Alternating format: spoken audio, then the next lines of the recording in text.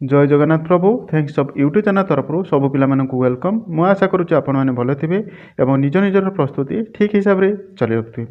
सबुदिन भली आज मत कि उड़िया ग्रामर रिलेटेड किसी क्वेश्चन नहीं आसू कहीं आगामी दिन में आपंकर RI ARY excise connector Odisha police और वाईएसएफ रिलेटेड आपड़ा उड़िया ग्रामर देखापी सुनिश्चित पाइबे।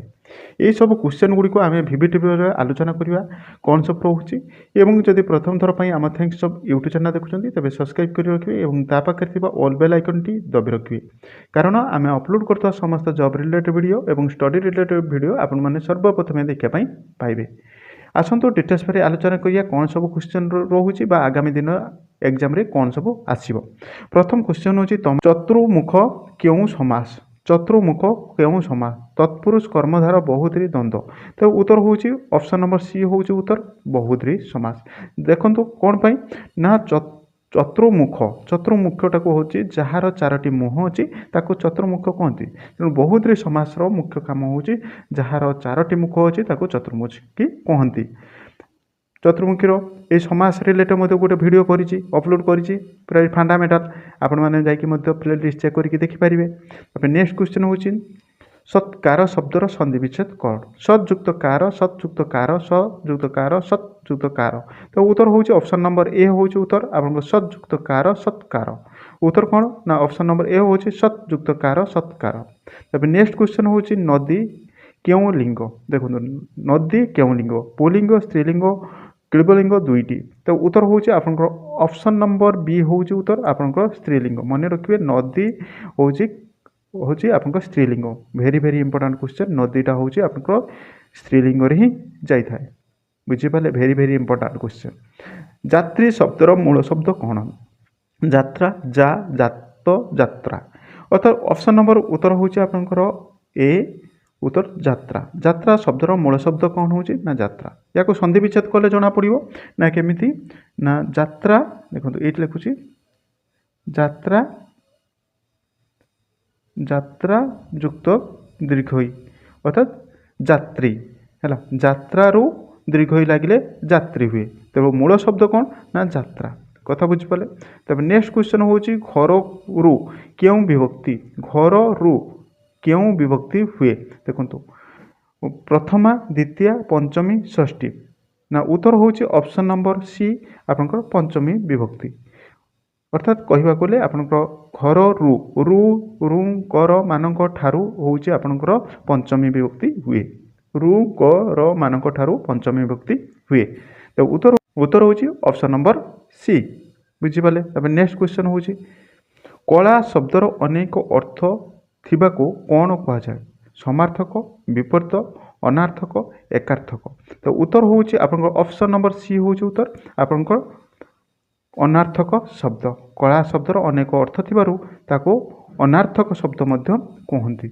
कहवा गले आपनकर कला देखो कलाटा को आमे कहि परिया ए जे कलाटा को आमे मध्य कहिबा रंग मध्य कहि परिया बा आउ कौन कहि परिया ना या को मध्य आमे कहि परिया आर्ट जेटा को मनीष भितर थाए आर्ट चित्र जे करुची जे गीत गाउची ए सब गुडे कला। तेणु कलाटा को आमे अनेक अर्थक भाव बुझा जाए बुझिपारे। तब नेक्स्ट क्वेश्चन सी दौड़ुची क्यों काल अतीत वर्तमान भविष्यत आज्ञा। तो उत्तर होची आपनकर ऑप्शन नंबर बी होची वर्तमान काल। ऑप्शन नंबर बी होची वर्तमान काल जे दौड़ुची से होची वर्तमान काल। एबे जेहेतु ये घटनाटी घटुची से दौड़ुची अर्थात वर्तमान घटुची ना तबे से दौड़ुची वर्तमान जना पड़ुची ना नहीं। तेणु वर्तमान जेहेतु ये घटनाटा घटुची तेणु यहाँ हूँ वर्तमान काल।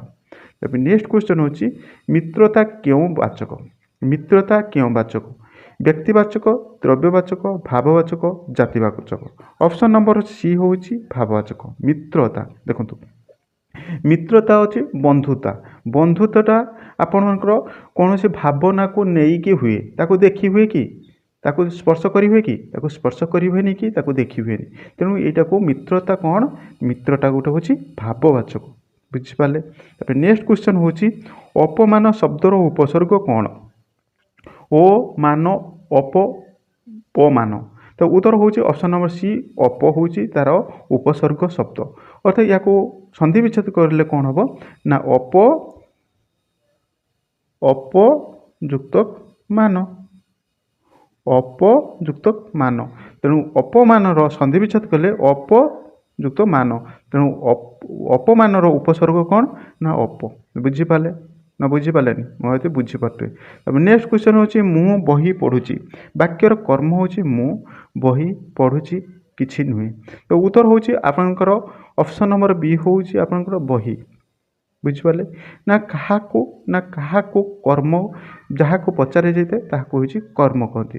ମୁଁ ବହି ପଢ଼ୁଛି, ମୁଁ କ'ଣ ପଢ଼ୁଛି?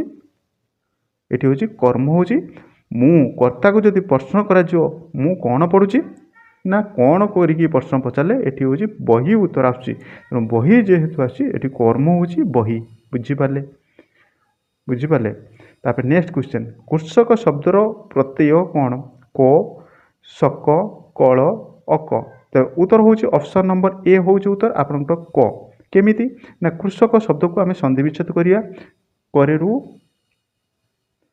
କୃଷ ଯୁକ୍ତ କ। ତେବେ ଉତ୍ତର ହେଉଛି ଆପଣଙ୍କର କ ହେଉଛି ପ୍ରତ୍ୟୟ। କହିଥିଲି ଶବ୍ଦ ପରେ ଯେ ଶବ୍ଦଟି ବସିଥାଏ ତାକୁ ପ୍ରତ୍ୟୟ କହନ୍ତି। ବୁଝିପାରିଲେ? ତେଣୁ କୃଷକ, କୃଷ ଯୁକ୍ତ କ, କୃଷକ ହେଲା। ତେଣୁ କଟା ହେଉଛି ଶବ୍ଦ ପରେ ବସୁଛି, ତେଣୁ ଏଠି କଟା ହେଉଛି ପ୍ରତ୍ୟୟ। ତାପରେ ନେକ୍ସଟ କ୍ୱେଶ୍ଚନ୍ ହେଉଛି ଦୁଃଖ କେଉଁ ବାଚକ? ଦେଖୁ ଦୁଃଖ ହେଉଛି ଦ୍ରବ୍ୟବାଚକ, ଭାବବାଚକ, ଜାତିବାଚକ, ବ୍ୟକ୍ତିବାଚକ। ତ ଉତ୍ତର ହେଉଛି ଅପସନ୍ ନମ୍ବର ବି ହେଉଛି ଭାବବାଚକ। ଭାବବାଚକ ଅର୍ଥାତ୍ ଭାବନାକୁ ଦର୍ଶାଉଛି, ତେଣୁ ଏଇଟା ହେଉଛି ଭାବବାଚକ। ବୁଝିପାରିଲେ ନା ବୁଝିପାରିଲେନି? ଯେହେତୁ ଏଇ ଯେ ଦୁଃଖଟା ୟାକୁ ଛୁଇଁ ହେବ ନା ଦେଖି ହେବ ନା କ'ଣ କରିହେବ? ଏଇଟାକୁ କେବଳ ଭାବନା ହିଁ ଜାଣିହେବ, ଭାବନାରୁ ହିଁ ଜାଣିହେବ। ତେଣୁ ଏଠି ଭାବବାଚକ। ବୁଝିପାରୁଛନ୍ତି? ତାପରେ ନେକ୍ସଟ କ୍ୱେଶ୍ଚନ୍ ହେଉଛି ଆକାଶ କେଉଁ ବାଚକ? ଆକାଶ କେଉଁ ବାଚକ? ଭାବବାଚକ, ଦ୍ରବ୍ୟବାଚକ, ଜାତିବାଚକ, ବ୍ୟକ୍ତିବାଚକ। ତ ଉତ୍ତର ହେଉଛି ଆପଣଙ୍କର ଅପସନ୍ ନମ୍ବର ସି ହେଉଛି ଜାତିବାଚକ। କ'ଣ ପାଇଁ ନା ଆକାଶ ହେଉଛି ଜାତିବାଚକ। କୌଣସି ନାମକୁ ବୁଝାଯାଉଛି ମାନେ ସେଠି ହେଉଛି ଗୋଟେ ଜାତିବାଚକ। ଭାବବାଚକ ତ ହେବନି। ଦେଖ କ୍ୱେଶ୍ଚନ୍ ପିଲାମାନଙ୍କର ବି ଏଇ ଡାଉଟ୍ ଥାଏ, ଭାବବାଚକ ହେବ କି? ୟାକୁ ଅନୁଭବ କରିବ କି? ନା। ଦ୍ରବ୍ୟବାଚକ ବି ନୁହେଁ, ବ୍ୟକ୍ତିବାଚକ ନୁହେଁ। ତେଣୁ ଯିଏ ରହିଲା ଜାତିବାଚକ, ତେଣୁ ଜାତିବାଚକ ହିଁ ହେବ। ବୁଝିପାରିଲେ? ଯଦି ଆମେ ଅପସନ୍କୁ ବି ମଧ୍ୟ ଇଏ କରିବା, ତେଣୁ ଅପସନ୍କୁ ଯଦି କାଟିକି ଦେଖିବା ତେବେ ଜାତିବାଚକ ହିଁ ହେବ। ତେବେ ନେକ୍ସଟ କ୍ୱେଶ୍ଚନ୍ ହେଉଛି ମହାଜ୍ଞାନୀ ଶବ୍ଦର ଉପସର୍ଗ କ'ଣ? ମହାଜ୍ଞାନୀ, ଜ୍ଞାନ, ନି। ତ ଉତ୍ତର ହେଉଛି ଅପସନ୍ ନମ୍ବର ଏ ହେଉଛି ଉତ୍ତର ଆପଣମାନଙ୍କର ମହାଟା ହେଉଛି ତାର ଉପସର୍ଗ। କେମିତି ୟାକୁ ସନ୍ଧି ବିଚ୍ଛେଦ କଲେ ଜଣାପଡ଼ିବ ନା ମହା ଯୁକ୍ତ ଜ୍ଞାନୀ, ମହାଜ୍ଞାନୀ। ତେଣୁ ଏଠି ହେଉଛି ମହାଟା ହେଉଛି ଉପସର୍ଗ, ଅର୍ଥାତ୍ ଶବ୍ଦ ପୂର୍ବରୁ ଯାହା ବସିଥାଏ ସେଇଟା ହେଉଛି ଉପସର୍ଗ। ଶବ୍ଦ ପରେ ବସିଲେ କ'ଣ ହେବ ନା ହେଉଛି ସେଟା କ'ଣ ହୁଏ? ପ୍ରତ୍ୟୟ। ଶବ୍ଦ ପରେ ବସିଲେ ପ୍ରତ୍ୟୟ, ଶବ୍ଦ ପୂର୍ବରୁ ବସିଲେ ଆପଣଙ୍କ ଉପସର୍ଗ। ବୁଝିପାରୁଛନ୍ତି? ତାପରେ ନେକ୍ସଟ କ୍ୱେଶ୍ଚନ୍ ହେଉଛି ଗଛ ମାନେ କେଉଁ ବାଚକ? ଏକବଚନ, ବହୁବଚନ, ଦ୍ୱିବଚନ, କିଛି ନୁହେଁ। ତ ଉତ୍ତର ହେଉଛି ଅପସନ୍ ନମ୍ବର ବି ହେଉଛି ବହୁବଚନ। ହେଲା, ଅପସନ୍ ବି ହେଉଛି ବହୁବଚନ। ନା କ'ଣ ପାଇଁ ନା ଗଛ ମାନେଟା ହେଉଛି ଏଇ ଯେ ମାନେଟା ରହୁଛି, ତେଣୁ ଏଠି ମାନେଟା ଗୋଟେ ଅର୍ଥକୁ ବୁଝୁଛି କି? ଅନେକ ଅର୍ଥକୁ ବୁଝୁଛି। ଅନେକ ଅର୍ଥକୁ ବୁଝୁଛି ମାନେ ଏଇଟା ହେଉଛି ବହୁବଚନ। ବୁଝିପାରିଲେ? ଦେଖ ଏକବଚନ ତ ହେବନି। ଯଦି ଗଛ ଥାନ୍ତା ଏକବଚନ ହେଇଥାନ୍ତା, ଦ୍ୱିବଚନ ବି ହେବନି, କିଛି ନୁହେଁ। ତ ଉତ୍ତର ହେବ ଅପସନ୍ ନମ୍ବର ବି। ତାପରେ ନେକ୍ସଟ କ୍ୱେଶ୍ଚନ୍ ହେଉଛି ଦ୍ରୁତ କେଉଁ ଶବ୍ଦ? ବିଶେଷଣ, ନାମ, କ୍ରିୟା, ସର୍ବନାମ।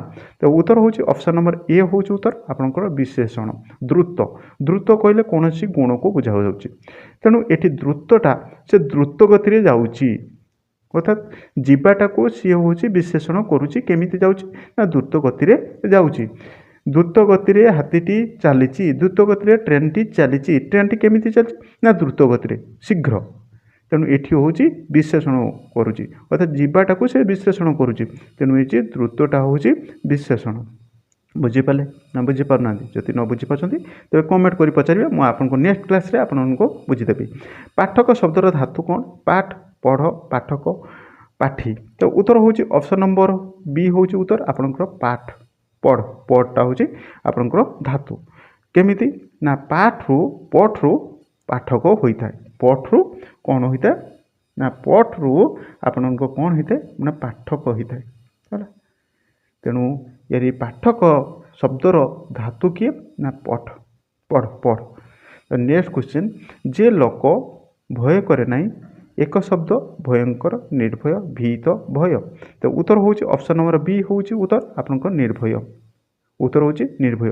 भय जार ना निर्भय, जार भय ना ताको निर्भय कहती। बुझीपार उत्तर कौन हम ना option number B. Next question हूँ शिक्षालय क्यों समास द्वंद्व तत्पुरुष कर्मधार बहुद्री। तेज उत्तर हूँ आपंकर नेक्स्ट बी। उत्तर हूँ आपंकर बी तत्पुरुष समास। केमिति ना आपंकर जे शिक्षालय शिक्षालयटा को आम या समास्य वाक्य कले कौन हम ना ये मुझे लिखिदे शिक्षा शिक्षार आलय। शिक्षार आलय हूँ शिक्षालय। बुझीपारे शिक्षार आलय हूँ शिक्षालय। तेणु ये तत्पुरुष समास होता है। बुझीपारे तो।